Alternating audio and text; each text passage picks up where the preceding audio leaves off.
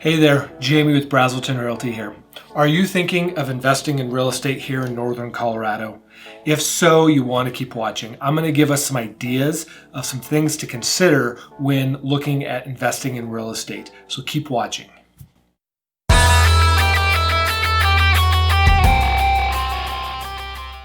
All right, so you are thinking of investing in real estate. Congratulations, join the crowd of many people trying to invest in real estate here in Northern Colorado. So there's some things to consider. First of all, I encourage everybody to sit down and figure out what is your primary goal for investing in real estate. Is it to see the highest return for your money? Or is it maybe for retirement? Or is it for security within that financial area of your life?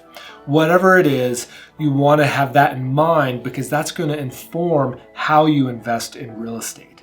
Now, I can safely assume that no matter how you're investing in real estate, part of your goal is to bring a return on your money so that you are making more money than you would in, say, like the stock market. Now, I'm not an expert in the stock market, but an average rate of return on the stock market as a whole is like 7%, which is pretty good. So I'm going to use that number, or I have used that number for myself when it comes to investing in real estate, because I feel like if I'm going to put my money in real estate, I need to be getting more than the stock market, or at least I need to have it hedged a little bit different than in the stock market. So when dealing with real estate, we use a term called the capitalization rate, or cap rate for short. Now, this rate is what I'm going to be looking at when I compare it to the stock market. And I want to get over 7% is what my goal has typically been. Now, most people, especially here in Northern Colorado, are probably hearing that and saying, man, that's ambitious, because to buy a single family residential detached house and rent it out after the purchase and your investment in that property to get over a 7% return is really quite difficult in this day and age. So when I talk about cap rate, before we get too far down the rabbit hole of investing, I just want to stop and give us a quick understanding of how you calculate the capitalization rate of a property. And essentially what you're trying to determine is my investment going to make a good enough return on my money? So what you want to figure out, first and foremost, is you want to figure out what you would net. Keep in mind, this is net, not gross, net at the end of a year if you were to purchase that property. So let's say you're going to buy a rental. It's only got one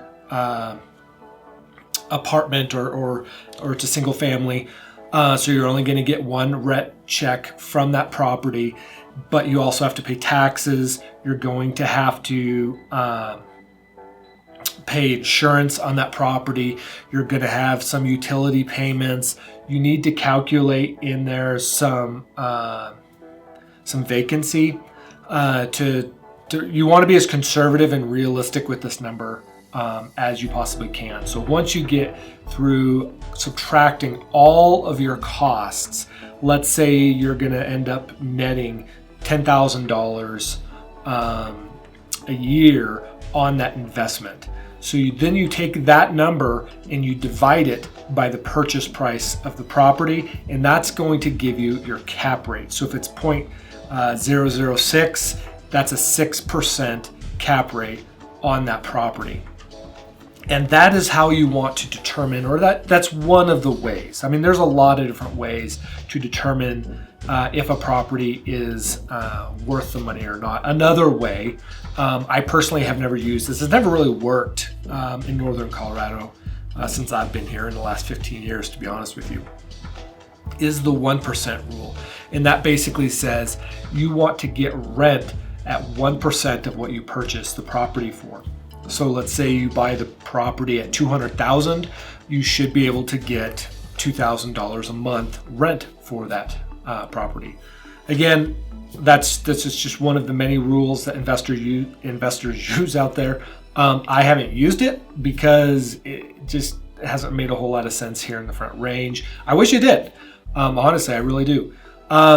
But cap rate will give me at least a variable where I can give somebody a threshold and say, I'm willing to buy the property if it's at this cap rate, but not at this cap rate. So that's how you figure the cap rate. Now, one other thing I want to mention when it comes to the capitalization rate, as you compare it to another investment like the stock market or a mutual fund or something of that nature, is cap rate does not take into consideration appreciation or depreciation. And I mean, I find this a little bit difficult, but what cap rate is designed to do is designed to be for those who are intending to hold that property and not ever sell that property off. If you decide I'm going to hold it for a while and then I'm going to wait till it appreciates and then I'm going to turn around and sell it, that's a little bit of a different story, because let's say you're getting a 5% cap rate, but you're in a really, really hot market and that property has appreciated significantly over 5 years. You turn around and you sell that property. And then you figure out what you've made at the end of that 5 years, it'll probably be significantly higher than 5%, or should be. So what are some ways that you can invest in real estate here in Colorado and actually make it worth your time?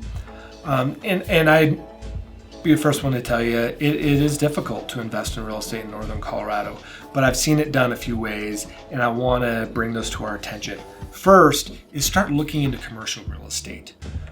Personally, I just purchased a few offices, and those offices, they're not expensive, and they're going to net me over 10% cap rate.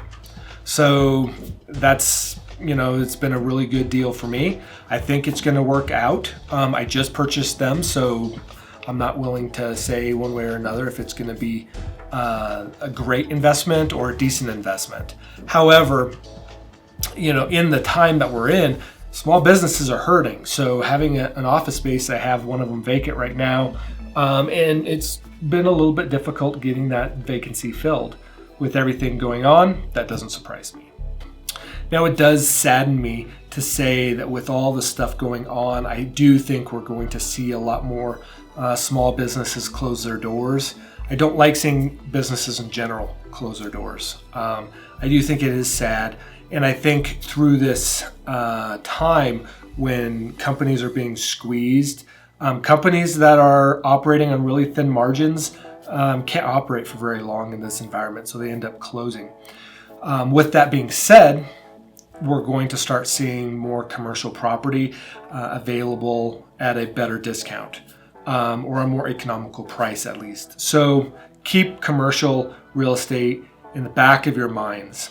The other thing I like about commercial real estate is you don't have as much of a risk when it comes to, let's say, tenants just completely destroying the property, or business, or a tenant not paying rent on time.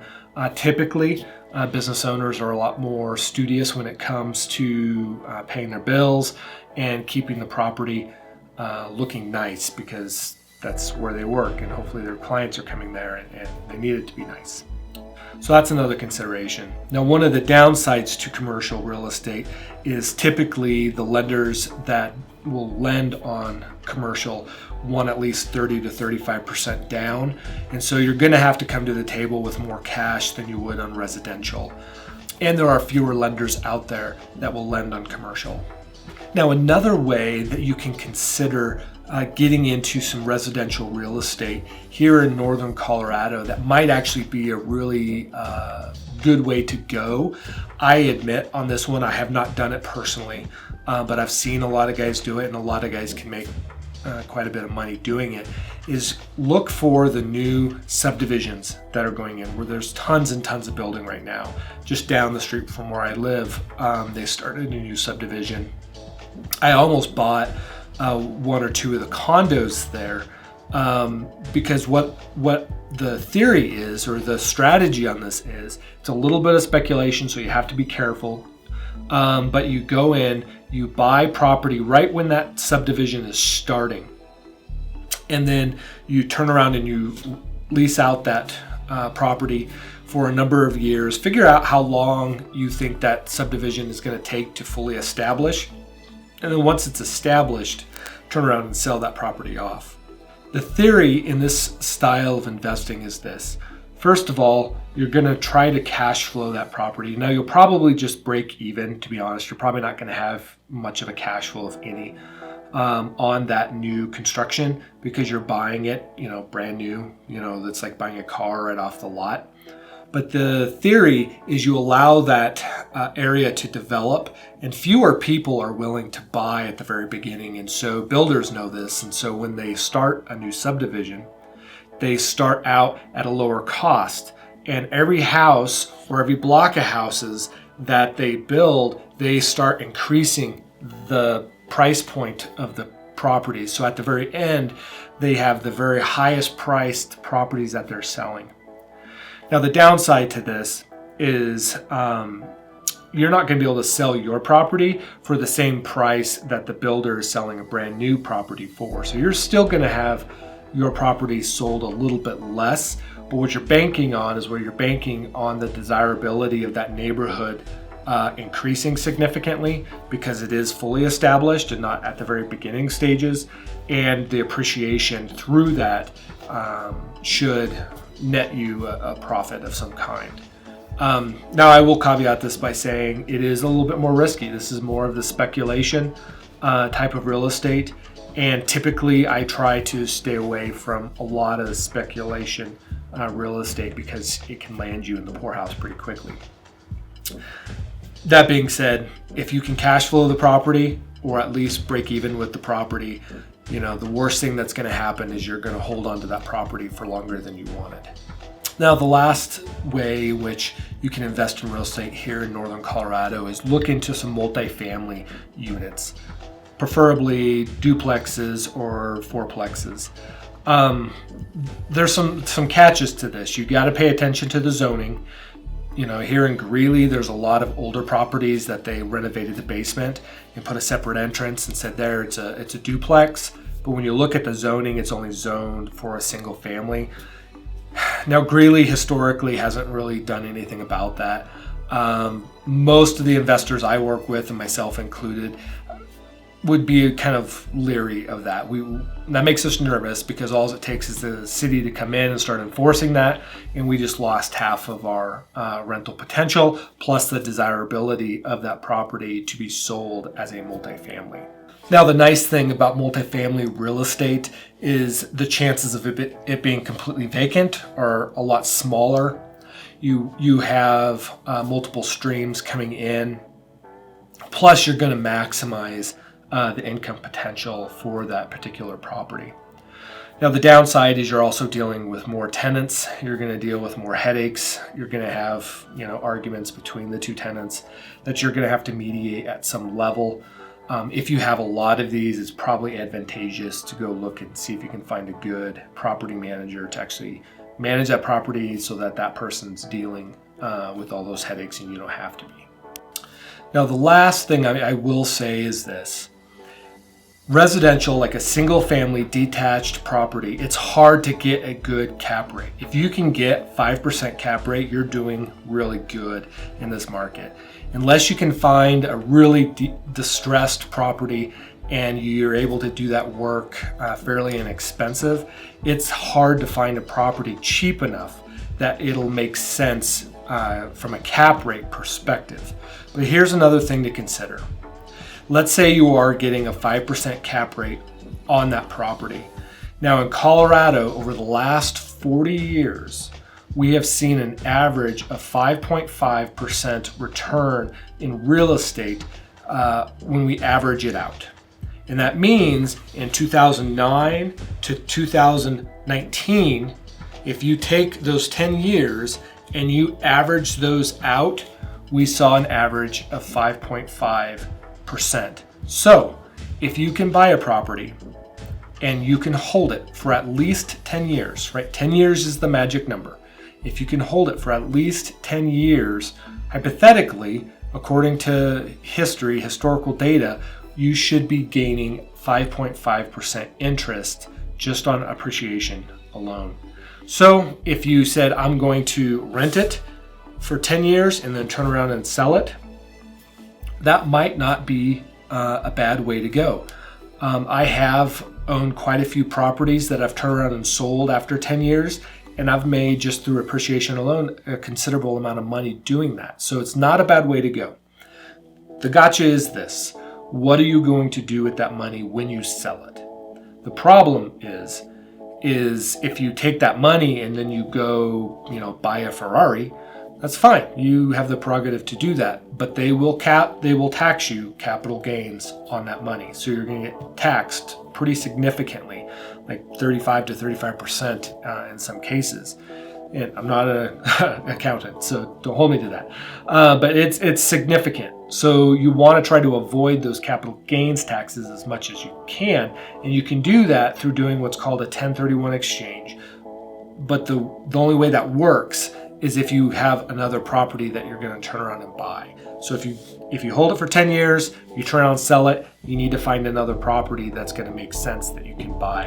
And if you're at the top of the market, you may be buying another property at the top of the market. So that may just not make any sense at all. But depends on the situation. I've seen it work out really well. I've had it work out really well for me. So it just depends. Sometimes that is a really good strategy. Now, in closing, I will say this: when you start out, you need to make contacts with people. Find a good real estate agent that can help narrow down your criteria and really dive into that criteria. It's easy to get overwhelmed with all the different ways you can do real estate investing, and it's really hard to be an expert in every way. You really need to narrow it down to what you think is going to work for you financially and in life and to achieve your goals. You need to figure that out and then do as much research as you can in that particular area, become an expert there. That way, when a good deal comes on, you know it's a good deal because you've done your homework and you feel comfortable with going ahead and making that purchase. Now, I hope this was helpful. If you would like to sit down and talk about this further and kind of explore some of the different avenues of real estate investing, give me a shout. I'd love to buy you a cup of coffee and sit down with you. I really appreciate everybody watching this. I hope it was helpful, and have a great day.